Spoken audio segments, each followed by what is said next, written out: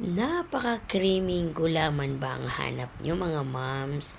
Tara, samahan nyo akong magluto ng gulaman. Simple lang po ang ating gulaman. Tignan nyo naman, napaka-creamy.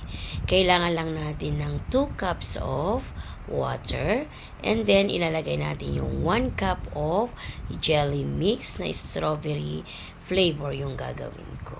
And then halu-haluin lang natin hanggang sa matunaw na yung mga buo-buo. And then lalagyan na natin ng 2 cups ng evap milk.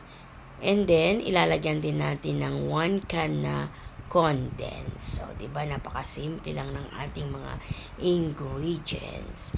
And then, ilagyan ko ng maliit lang na pack na Nestle cream na siyang magpapa-creamy sa ating gulaman.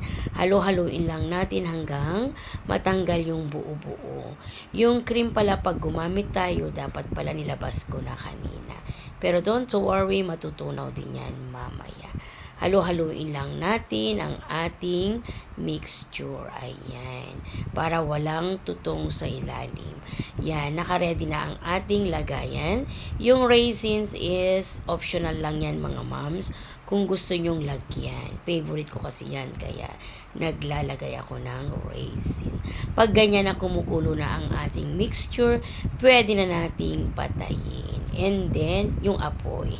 And then, sasalain natin, gaya ng sinabi ko, yung Nestle cream ko kasi hindi ko agad nilabas. Pero madali lang yan. Salain lang natin para maging smooth ang ating gulaman. O, ayan. Ilagay lang natin sa ref ng 4 to 5 hours. Mas malamig, mas masarap. Yan ang sekreto ng ating creamy gulaman. Ayan, tikiman time. Thank you for watching. God bless po sa lahat. Bye!